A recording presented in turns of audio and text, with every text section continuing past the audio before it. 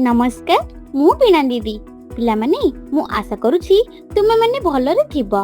मु आज तुम मानक पई एक नुवा वीडियो नै आसीछि। तुमे माने एही शिक्षण कार्यर वीडियोटी को अभिभावकक उपस्थिति रे देखिबो।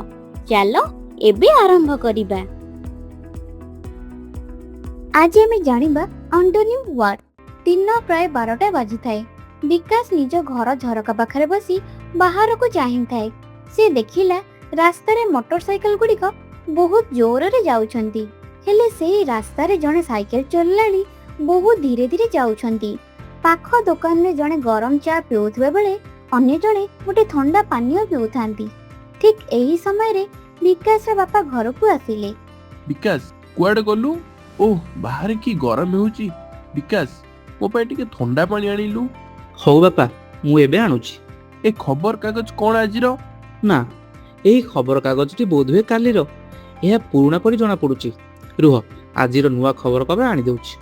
अरे विकास एइटा ही आजिरो खबर कागज। देख एथिरे केते प्रकार खबर अछि। केउटी खुशीर खबर तो केउटी दुखर खबर। केउटी जने खेल रे जीतिछि तो केउटी के हारिछि।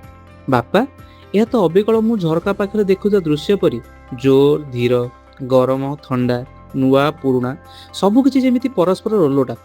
साबास विकास याकू ही विपरीत अर्थबोधक शब्द कुहा जाय। इंग्रजी रे एंटोनिमी कुहा जाय। हाँ बापा विपरीत अर्थबोधक शब्द को इंग्रजी रे एंटोनिम कुहा जाय। तेबे कहिलु मु कहूतु इंग्रजी शब्द रा एंटोनिमी विपरीत शब्द कोन हेबो?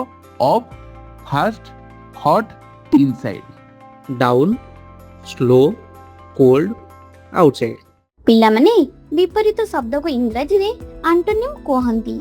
एबे तुमे माने मध्य विकास परी जे कोनसी पांचटी शब्द ओ ताहार विपरीत शब्द लेखि तालिका प्रस्तुत कर। खरा छुट्टी पर स्कूल खोलिले एहा शिक्षकन को देखाइबो। प्रिय अभिभावक पिलाटी करिथिबा शिक्षण कार्यर फोटो उठाई किंबा वीडियो करी स्कूल ग्रुप रे निश्चय पठाइबे।